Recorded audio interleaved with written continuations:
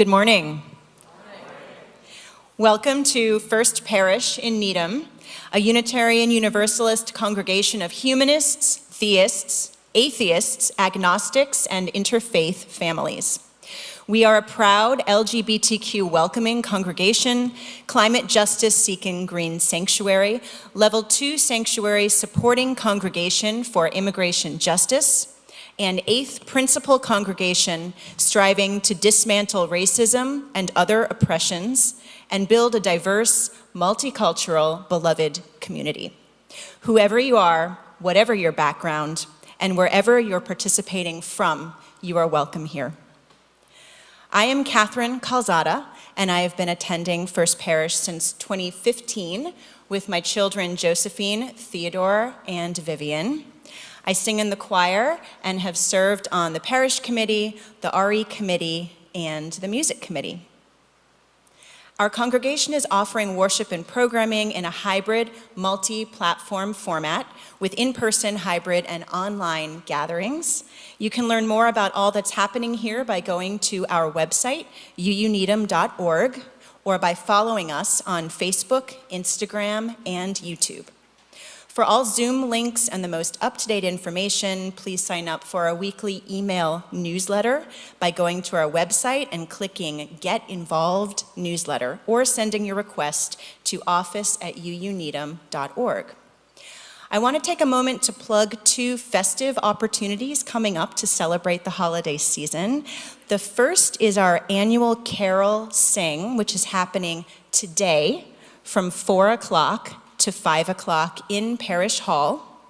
Our music director, Laura, will be leading us in song, and there will also be games, crafts, hot chocolate, and cookies. All ages are welcome. The second is a brand new original RE winter show, which will take place during the service in 2 weeks on December 18th. It's called The Grunch Who Stole Yulemas, and that is Grunch, G-R-U-U-N-C-H. And it's a show about the joy of community during the winter holidays. We are looking for more participants, children, youth, and adults. Please consider signing up to join the show for either a speaking role or a non-speaking role. No memorization of lines is required, and there are only 2 rehearsals. One of them is on Sunday, next Sunday, the 11th, and the second on Sunday, the 18th at 9:30, just before the performance. And even if you cannot attend either rehearsal, Sarah Elizabeth will find a role for you. You may find the sign-up link in your bell notes. Welcome again to everyone here in the building and online, and good morning.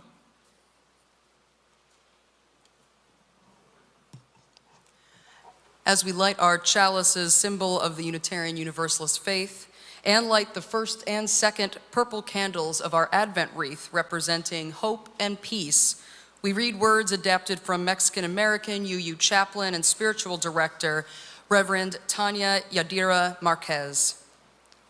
It is a wonder and mystery that our paths have crossed, that in the immensity of time, in the vastness of space, we coincide here. I am in awe at the ways in which our lives intersect and intertwine, at the beauty we create when we gather. May our coming together make us more compassionate, more just, more caring, more loving, more peaceful. May our hearts and minds be open to this offering. I am so glad you are here. Let us worship, let us marvel at the miracle of being here right now and the mystery that has brought us together. Our opening hymn, O Come, Emmanuel, has lyrics from 19th century Anglican hymn writer and priest Father John Mason Neal that salute the Messiah with many symbolic names. The version we sing today was recast to emphasize the mystical imagery of the hymn. We'll be following along just with Laura today, as Harold is at home with a cold. Please rise in body or in spirit and join in singing O Come, Emmanuel. The lyrics are in your orders of service and at number 225 in your gray hymnals.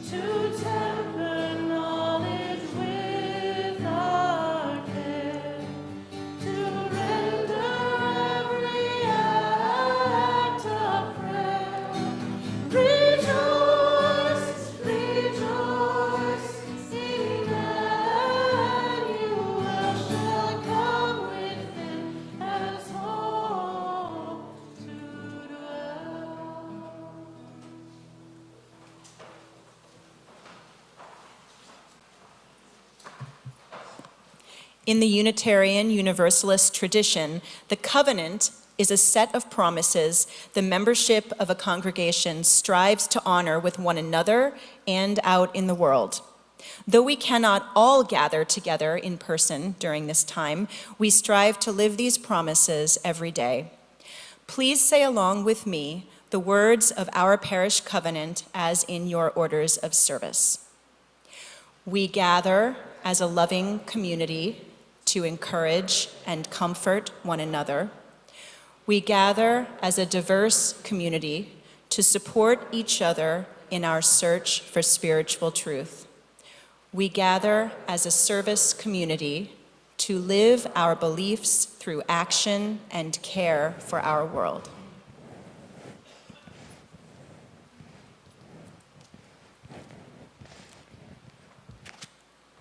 Good morning. I'm wearing the Madonna mic, so you know what that means. Oh no, it's coming off, but it is time for interactive time for all ages. Who's excited? Okay, this side seemed a little more excited than this side, but you know, we can get there. This month, we are talking about the worship theme of mystery and awe. In the world, there is so much to discover, and we often think mysteries are hidden in darkness, in difficult to find places. But today, our story is talking about the mysteries that are all around us, that we miss when we become creatures of habit. So we are going to be together telling the story of The Creature of Habit, an adaptation of the story by Jennifer E. Smith. We're gonna start this side. You all are gonna be my creature of habit. So as I talk about the big creature of habit, you can make yourselves big. I'm gonna ask you, yeah, big fearsome creature, yeah, there we go. I'm gonna ask you to pretend to eat bananas or pineapples. It's gonna be fun. Embody the giant creature of habit. And soon we will get to your part, don't worry. And at home on Zoom or YouTube, feel free to pick a side that speaks to you. On the island of Habit, there lived a creature. He had very big teeth and very big eyes and very, very big feet. Every day the creature did the exact same thing in the exact same order. First, he ate three pineapples. Just gonna chop the top. It's a lot. And he also ate 2 bananas. Every day, the exact same thing. Then he walked down to the water to say hello to the fish. Hello, fish. And then, when it was time for dinner, he ate 3 more pineapples, 2 more bananas, brushed his teeth, and went to bed. Don't forget to brush, they're very big teeth. He liked it just that way each day. But one day, suddenly on the horizon, he looked out and he saw a very small boat. And on that very small boat, he saw a small creature. Very small creature. He had very small teeth. They had very small ears and very small eyes. And the creature of habit was shocked. Nobody ever visited the island of habit. He was so excited to show his new friend just how things were done on this island. So the creature of habit took the small creature, and together they ate 3 pineapples and 2 bananas. You probably have much smaller mouths, so it might be a little more difficult. He then took the small creature down to the beach so they could say hello to the fish. Hello, fish. And then at dinner time, they ate 3 more pineapples and 2 more bananas before brushing their teeth and going to bed. The creature of habit was so happy to have a friend joining in his favorite routine. But then the next day, the creature of habit awoke and looked, and the small creature was gone. Hide, you're gone. The big creature of habit was looking all around. Nowhere to be found was the small creature, until he went out and saw that instead of eating 3 pineapples and 2 bananas, the small creature was eating 1 coconut. The creature of habit was shocked. This is not how things were done, but that's fine, he supposed. Then the small creature began to greet the clouds. Hello, clouds. The creature of habit had never done this before. He was very surprised. He considered joining in, but he didn't want to miss his appointment with the fish. Later that night, again, he saw the small creature eating a coconut, but then the small creature didn't brush their teeth. And instead of going to bed, went out and down to the beach. The creature of habit didn't know what to do with this. Things were so different. This is not how things were done. The next day, he saw the small creature doing these strange things again, doing even different things. And the creature of habit worried and worried. Then that evening, when it was time to brush his teeth, he instead followed after the small creature down to the beach. The creature of habit had never been out at this time of day before. Suddenly, he saw the sky painted with pinks and oranges and purples, colors he didn't think possible in the sky as he watched the sun dip below the water. Maybe doing things a little differently wasn't so bad. The small creature offered him an orange, which he'd never had before. He ate it and found it to be delicious. And he thought, tomorrow maybe we'll follow the schedule, or maybe we'll do things a little different. We'll see. And together they greeted the stars. Hello, stars. It is easy to become a creature of habit, and it's not always bad. Routine and familiarity can be comforting and beautiful. But when we become creatures of habit to the point that we miss out on the mysteries of everyday life, we are missing out on so much goodness there is. So this week, let's all find ways to break out of being creatures of habit, see things in a new and exciting way, experience the world, and share the mysteries with ourselves and others. Thank you. Thank you so much, Sarah Elizabeth. Thank you all, creatures big and small. As our children and their adults follow Sarah Elizabeth out to their religious exploration opportunities, let us sing Longtime Son as printed in your orders of service.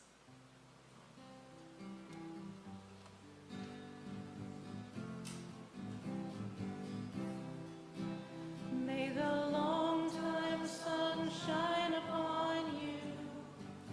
All love surround you, and the pure light within you guide your way on. May the long-time sun shine upon you. All love surround you, and the pure light within you guide your way on.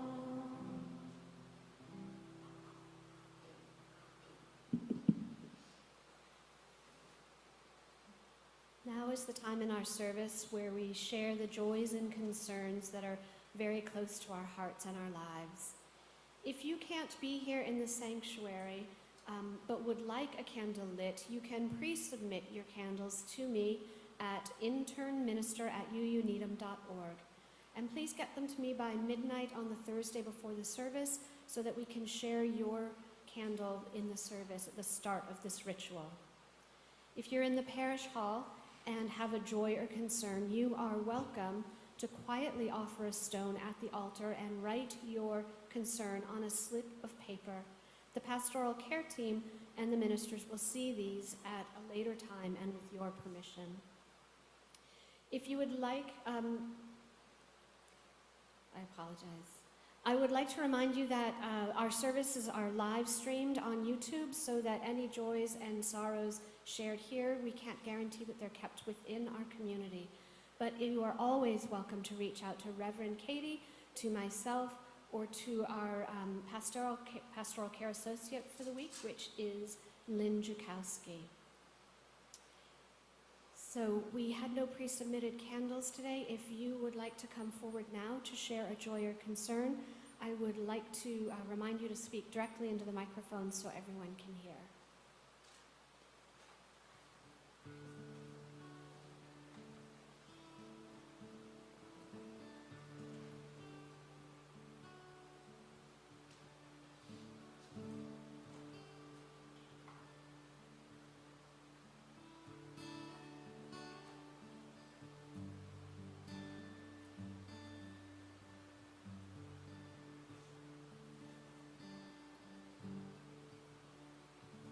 I am Claire Galkowski, and I have 4 candles of sorrow, I'm afraid. My step-cousin Rick passed away a couple of weeks ago from the long-term impacts of diabetes. He was a wonderful man out in California, and just a real bright spark, and he wasn't ready to go, but his body just wouldn't continue.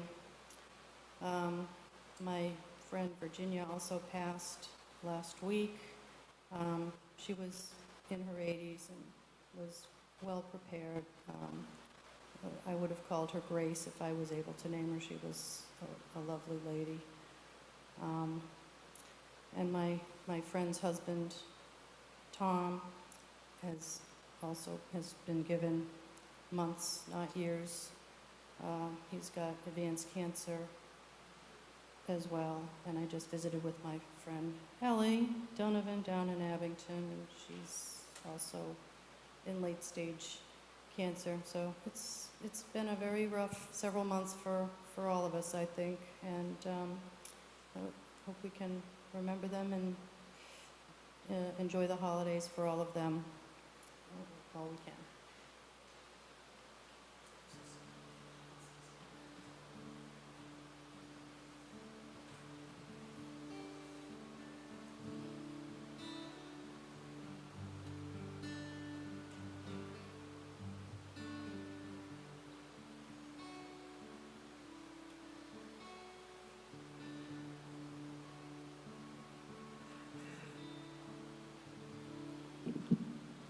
Hi everyone, I'm Reverend Katie, she, her pronouns, and I'm lighting 2 candles today. One, as you know, is of grief and sorrow that my mother-in-law died almost exactly a week ago today after experiencing a perforated bowel. She had been in treatment for stage 4 mucosal melanoma for a long while and was not able to, they declined surgery. They didn't think that she would survive the surgery necessary to fix the bowel issue. So we had a lovely week together for Thanksgiving, but it's quite shocking for us. It wasn't a surprise that she died, but we were not expecting for her to die of a somewhat unrelated issue. And I also lit a candle of gratitude for all of you in the congregation and our family and friends here in the Boston area and elsewhere who've offered us such great support in the past week. With a special thanks to Lucy Mackey and Alexis Farrow, who are our teens working in the nursery today, because Cole has food poisoning, and so I had to take Sophia in. That's why you saw her running around so much. But as soon as Lucy and Alexis arrived, they came up to find me so that she could spend a happy morning with them instead of, I don't know what the other option would have been, but I really appreciate it. Thank you all.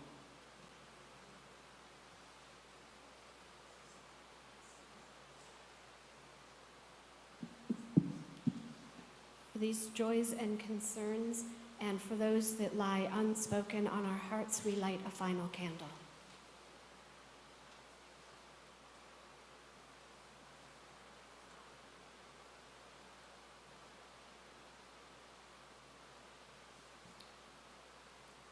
Please join me now in the spirit of prayer and meditation. We offer these words from Filipina-American UU minister Reverend Joan Javier Duval. Spirit of life, parent of all, mystery beyond our understanding. Here we are, living, breathing creatures, with minds that wonder and hearts that feel awe. We face questions that we know can't be answered and tragedies that we know can't be explained. May we find patience in all that is unanswered and peace in all that will never be explained.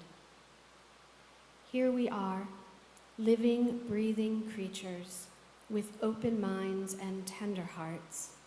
May we hold ourselves with gentleness, with all that brings us worry and all that makes our hearts break.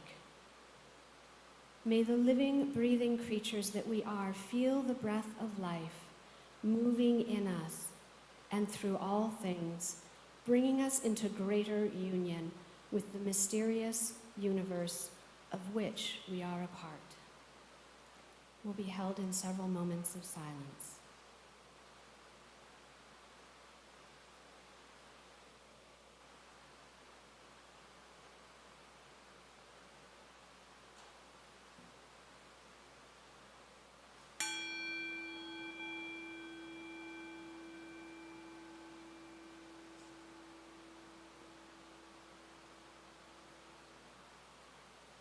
Amen.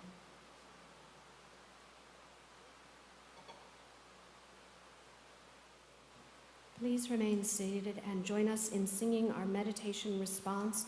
This morning is Dona Nobis Pacem, which means grant us peace. The lyrics are in your orders of service and can be found at number 388 in your gray hymnals.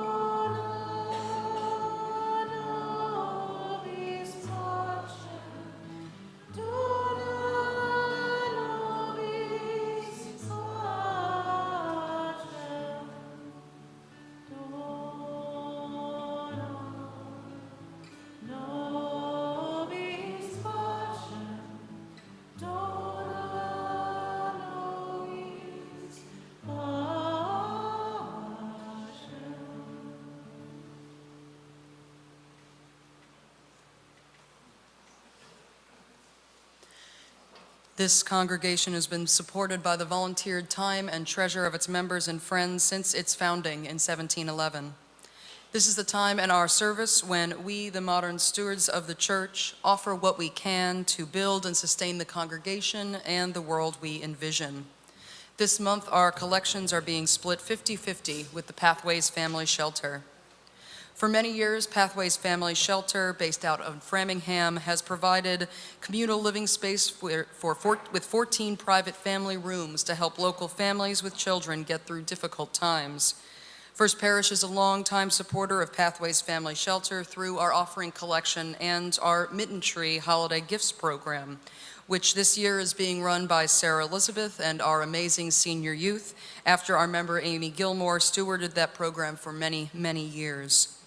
First Parish is sponsoring presents for the 21 children currently residing at Pathways Shelter, ranging in age from 1 month to 10 years old. During social hour this week and next week, congregants can sign up to buy holiday gifts for one of these children. More information can be found in your bell notes this coming week, including an online mitten tree sign up for those unable to sign up in the building. You can also contact our religious educator, Sarah Elizabeth, with any questions you might have. To donate to our collection, you can use one of 3 different methods as described in detail in your order of service, using text to give or donating through our website, or writing a check or giving cash in our offering plate, or mailing that gift to First Parish. Whatever way you give, please be sure to specify whether your gift today is for your annual pledge or for today's collection. Thank you for everything you are able to give to support and sustain this congregation and the vital work of our community partners. And many thanks to Barbara Ridge for our beautiful flowers today, in memory of her beloved sister Mary on her birthday. May the ushers now please come forward.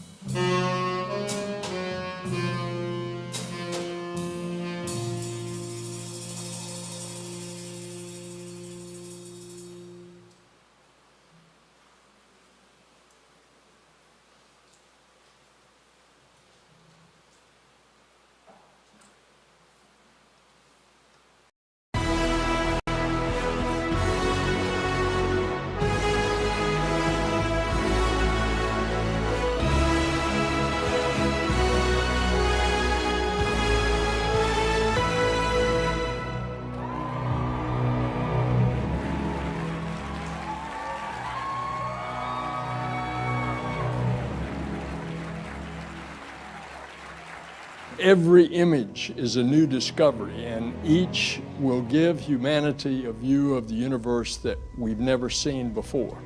This image, as we're looking at it, what we're seeing is not just all the galaxies, but there's a cluster here. And, you know, it's really, there's so much detail here. We're seeing these galaxies in a way that we've never been able to see before. These images are going to remind the world that America can do big things. And they remind the American people, especially our children, that there's nothing beyond our capacity, nothing beyond our capacity. Today represents an exciting new chapter in the exploration of our universe. This telescope is one of humanity's great engineering achievements. This stunning vista of the cosmic cliffs of the Carina Nebula reveals new details about this vast stellar nursery. First of all, of hundreds of new stars that we've never seen before. We see examples of bubbles and cavities and jets that are being blown out by these newborn stars.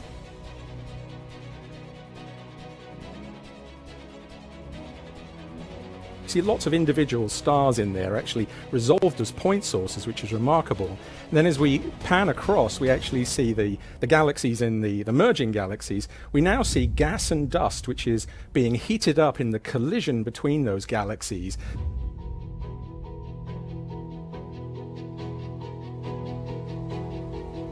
What you're seeing here is a telltale signature, the chemical fingerprint of water vapor in these atmospheres. There's evidence of clouds and hazes because the water features are not quite as large as we predicted.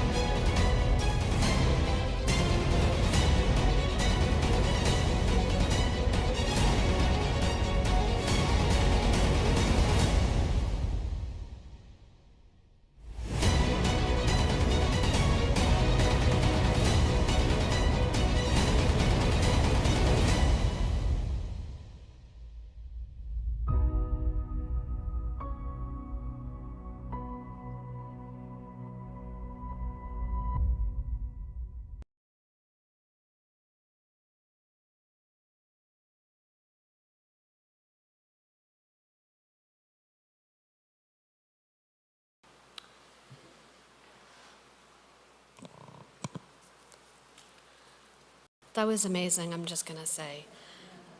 So the response to this video comes from the Reverend Queer Euro-American UU Minister Reverend Kimberly Wildszewski, and it's the practice of zooming in and zooming out. Do you remember what we learned last summer? Deep within the history of our universe, there have been galaxies dancing together, stretching each other. Did you see it? Did you see the pictures of NASA's Webb telescope?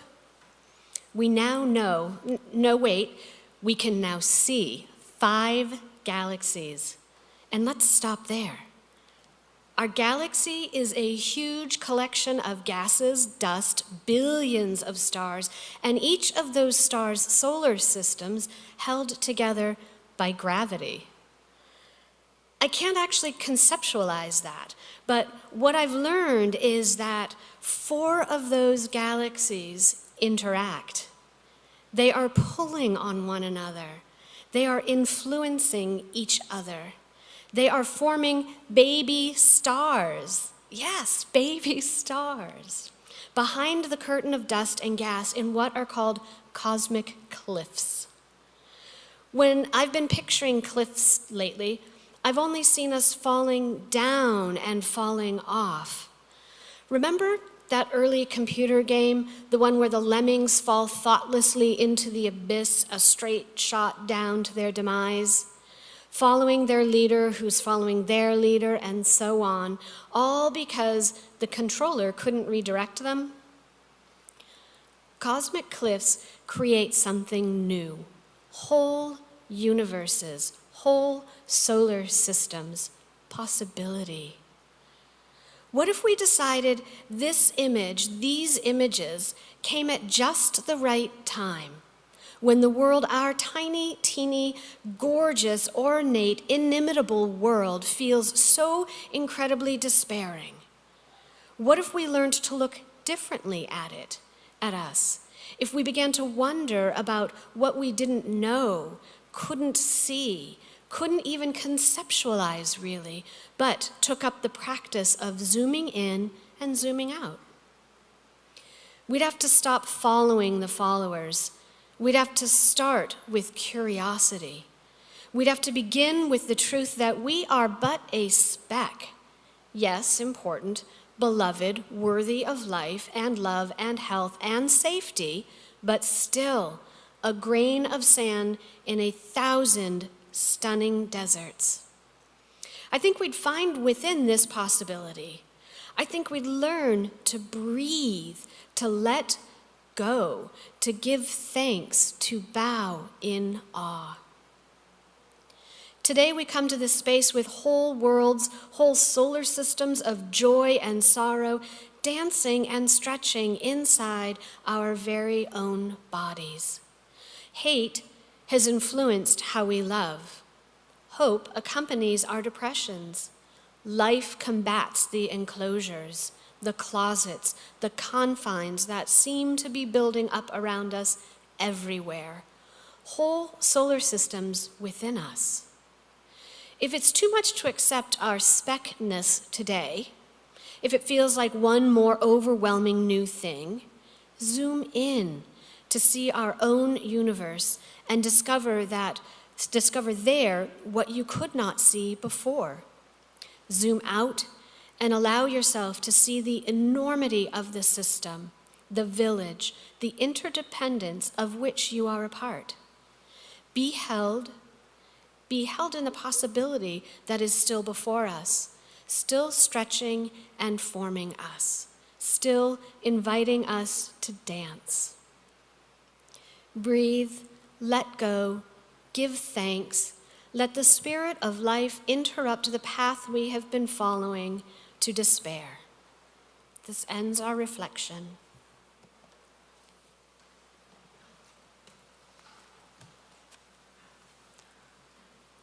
Zooming out.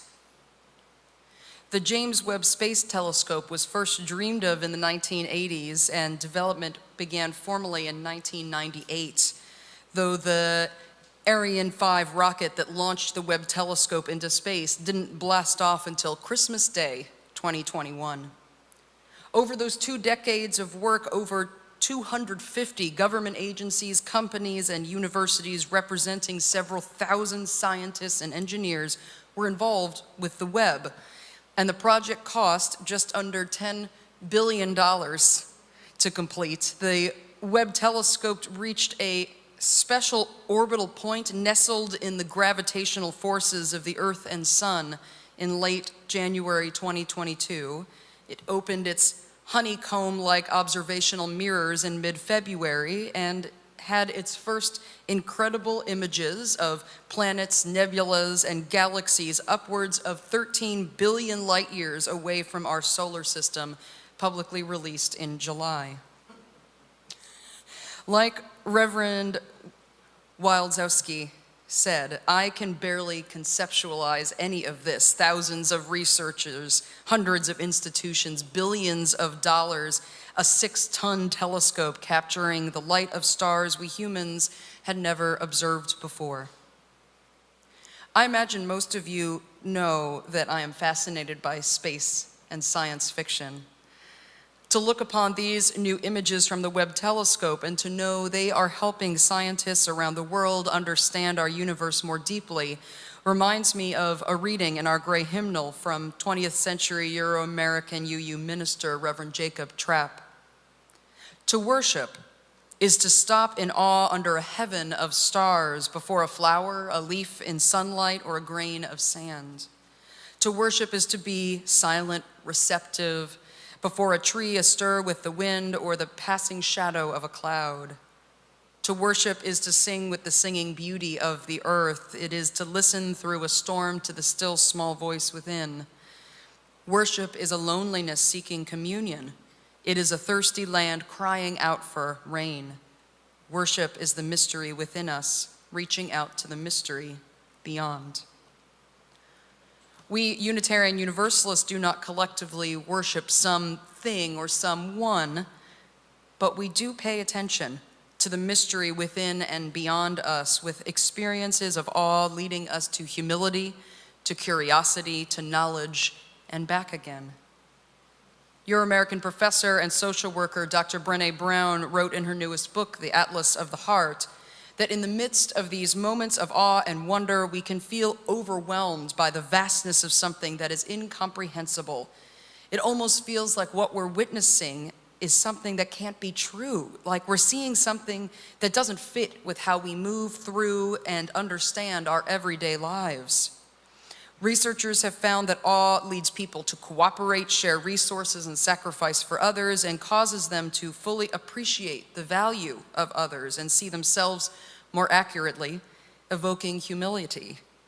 Some researchers even believe that awe-inducing events may be one of the fastest and most powerful methods of personal change and growth. It seems worthwhile to give ourselves more awesome experiences, doesn't it?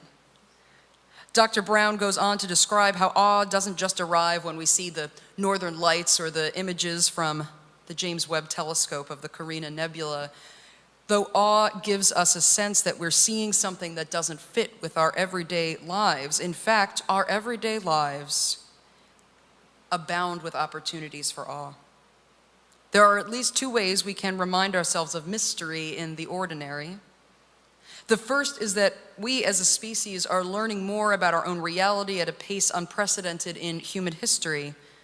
20th century Euro-American UU inventor and philosopher Buckminster Fuller estimated that while in the old days, human knowledge doubled about every century, that by the mid-1900s it was doubling every 25 years, and that by the time he was writing in the 1980s, human knowledge was doubling every year.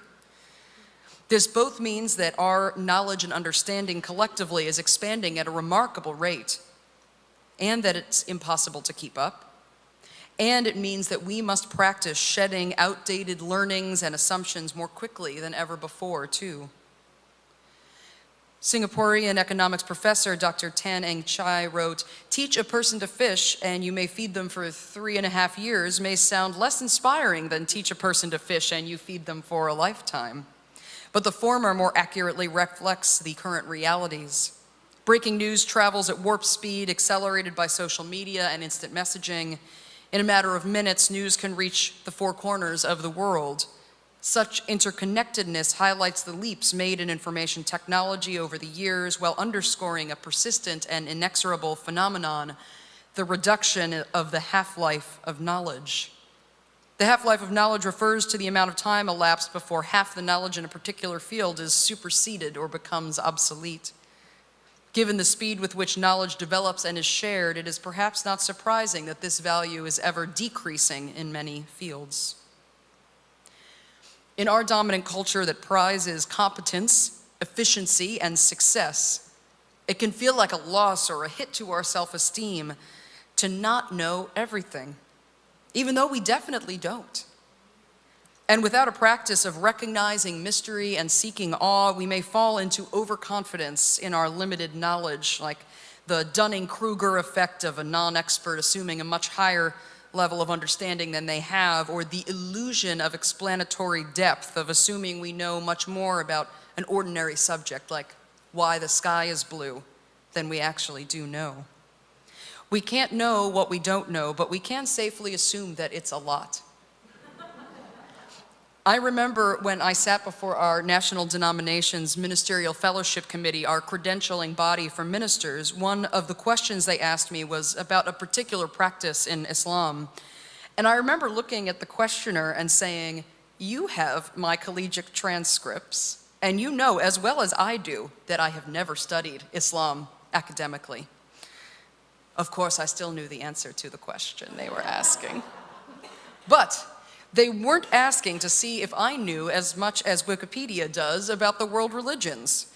They were asking to see if I could admit that my knowledge was limited. Does this potential minister understand there's a lot she doesn't know, won't know, can't know? Does she know where or to whom to go for help? Does she know it's healthy to admit ignorance and to learn?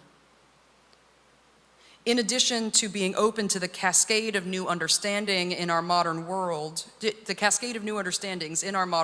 another way we can cultivate experiences of awe is to zoom in on the utter miracle that is our individual lives and unique everyday experiences.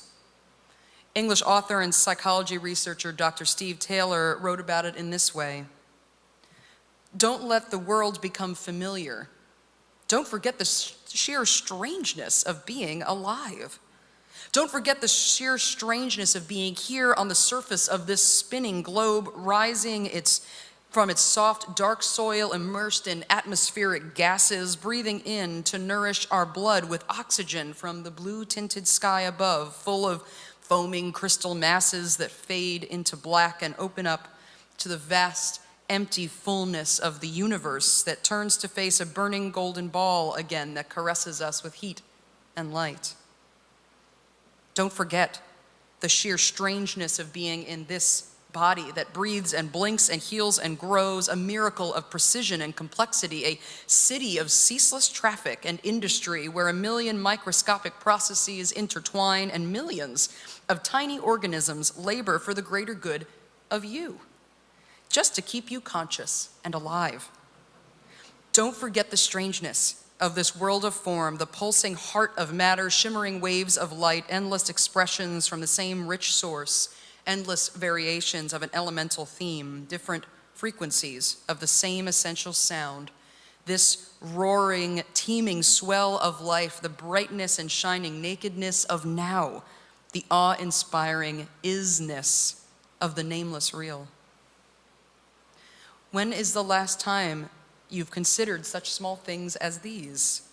That in the vastness of our universe that goes on for billions upon billions of light years in every direction, that our bodies formed, that our minds developed, that we are here together, each covered in symbiotic microorganisms, each breathing oxygen our plant neighbors offer to us, each conscious, sometimes, of our reality with some sense of purpose as inherently worthy beings, each feeling at times love and grief and rage and courage.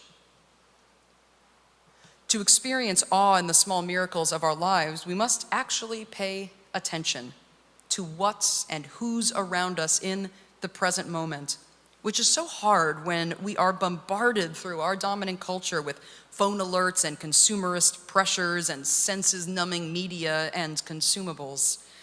How easy it is to miss a particularly beautiful sunset, or the smile of our loved one, or the time to read a great book or enjoy creating or experiencing inspiring pieces of art. How essential that we don't miss those precious smiles, those glorious vistas, those enlightening words. Your American UU minister and poet, Reverend Dr. Lynn Unger, reminds us in her poem about the Webb that we can make of it of our own choice. For months it's been out there, unfolding like a lotus flower and then tuning to the finest degree the arrangement of its 18 mirrored petals. And now it gazes into space, which is to say into time, out to the farthest depth. You already knew the universe was bangled like a beaded dress, but there it is, each shining sequin, a galaxy glittering with uncountable stars. You knew, having looked up at night, that it was majestic, and all your life you've been told that it should make you feel small. You don't have to bow down. You don't have to try to imagine magnitudes your mind will never fathom. You don't have to break your heart for this planet or wonder if anyone will weep for us when we're gone. I'm only talking about a tiny gleaming flower out in space, beaming us back glimpses of how space curves in deference to gravity. The galaxies have been out there all along. You choose what to make of actually seeing your place in it. What do you need from awe and mystery today? Do you need a dose of humility, seeking more clearly those countless enormous galaxies? Do you need a dose of gratitude that of all the places in the known and unknown universe, you have found yourself with your family, your friends, here amongst a community that strives together in love, diversity, and service?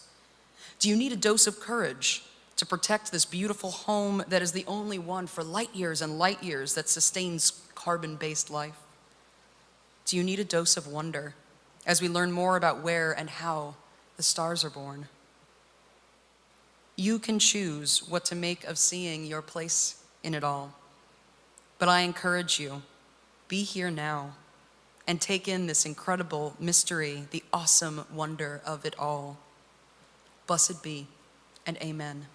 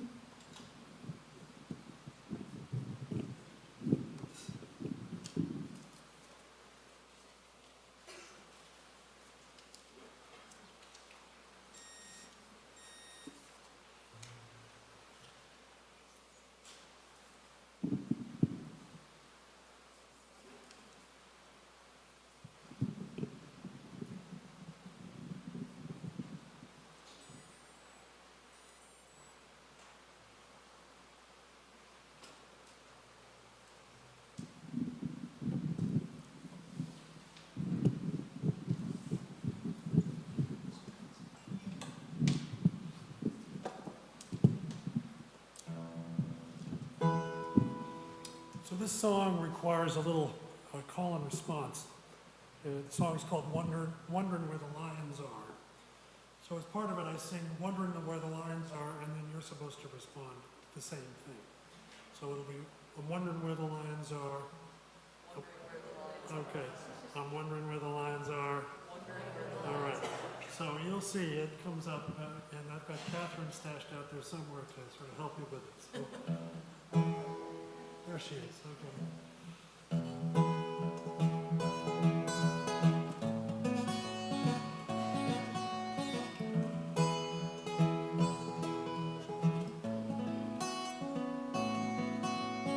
Sun's up, looks okay, the world survives into another day, and I'm thinking about eternity. Some kind of ecstasy got a hold on me.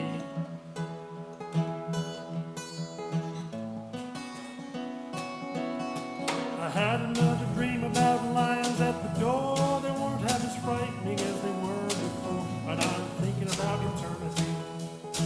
Some kind of ecstasy got a hold on me.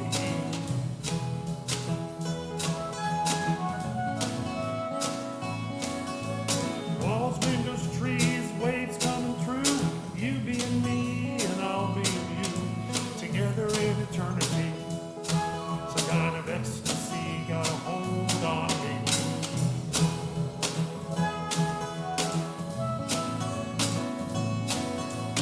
Up among the firs where it smells so sweet, or down in the valley where the river used to be. Got my mind on eternity. The kind of ecstasy got a hold on me.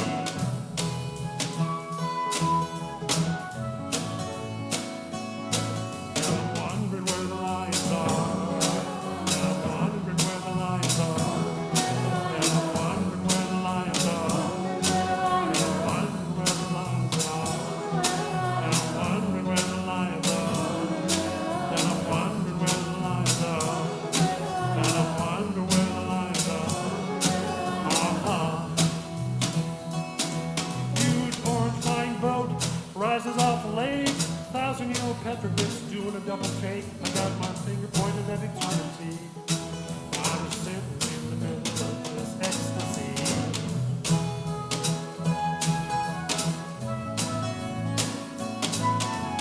Young men marching, helmet shining in the sun, polished as precise like the brain behind the gun. Should be.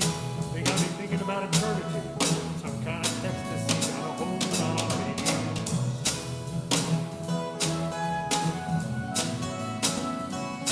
And I'm wondering where the lions are.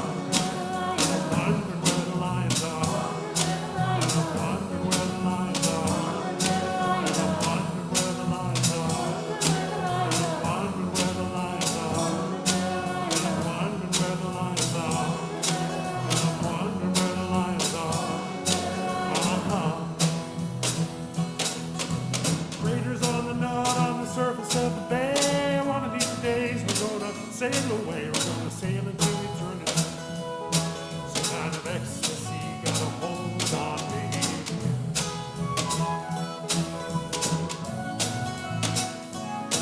And I'm wondering where the lions are. And I'm wondering where the lions are. And I'm wondering where the lions are. And I'm wondering where the lions are.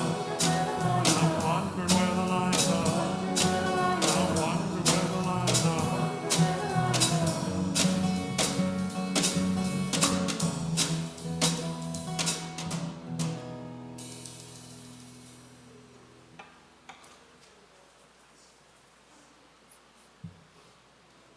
Good job.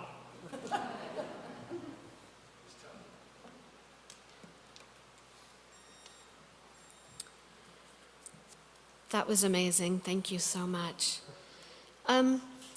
Before we close today and extinguish our chalice, I do have a few announcements. As usual, please do join us for a time of fellowship after the service. We will be meeting in the parish hall. And if you are online, please look for the Zoom link in the bell notes and join in the online conversation. The Committee on Ministry is holding their listening session this morning. Online, Liz Rover Bailey will be listening, and Florence. Well, I got that exactly opposite. Okay. All right.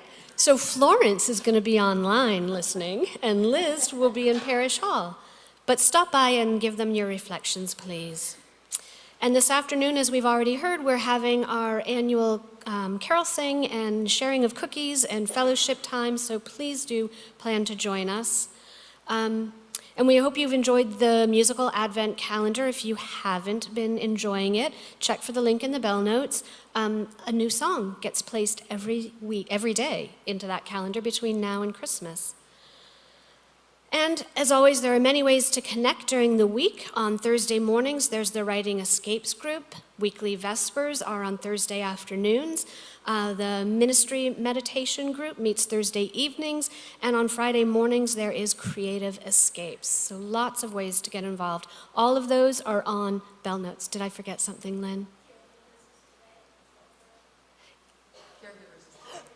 Caregivers today at 12:30. I apologize for missing that. Okay, I'm going to pause for a second in case any other announcements perkle up that I've missed. Okay, please join me in saying the words that we use each week as we extinguish our chalice. They're written by the Reverend Elizabeth Sally Jones. We extinguish this flame, but not the light of truth, the warmth of community, nor the fire of commitment.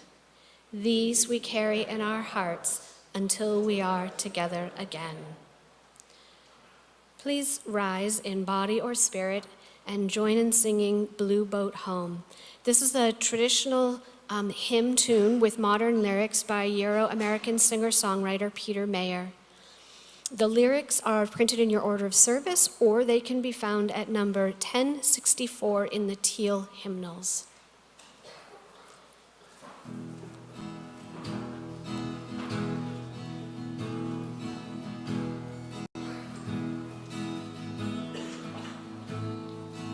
Though below me I feel no motion, standing on these mountains and plains, far away from the rolling ocean, still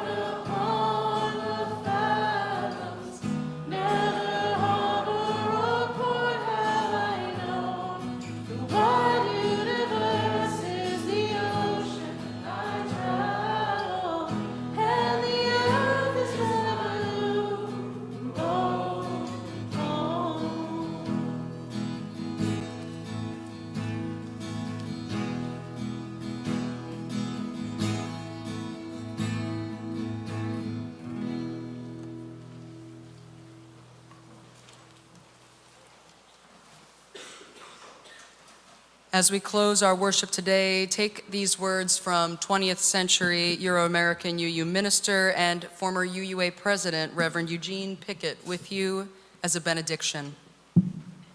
For the expanding grandeur of creation, worlds known and unknown, galaxies beyond galaxies, filling us with awe and challenging our imaginations.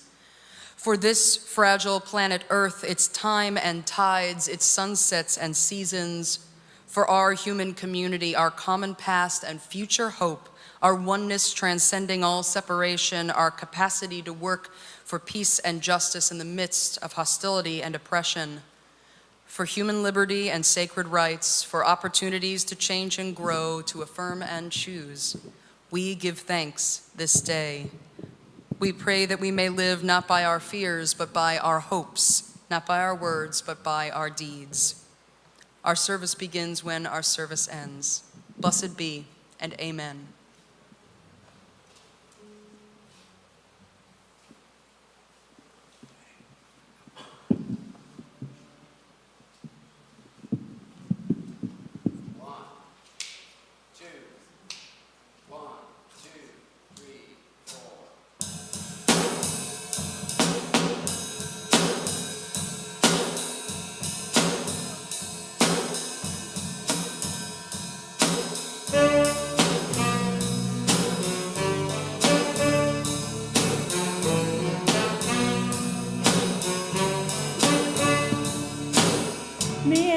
Friends, we're all misunderstood.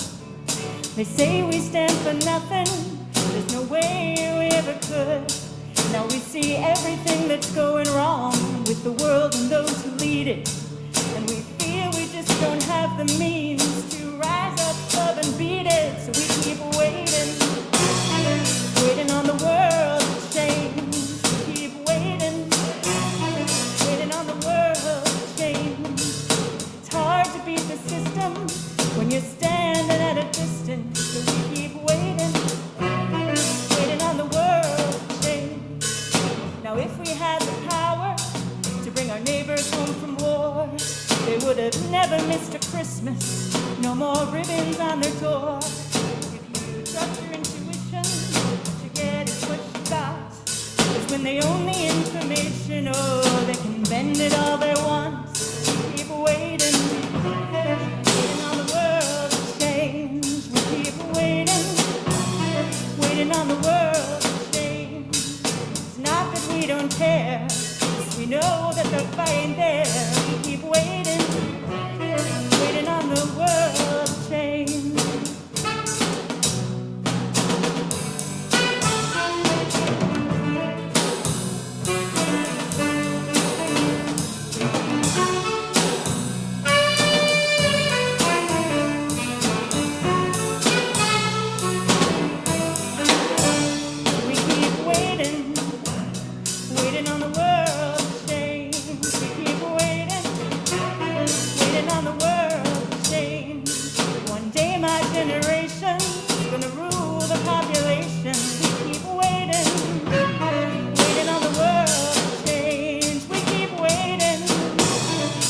On the world.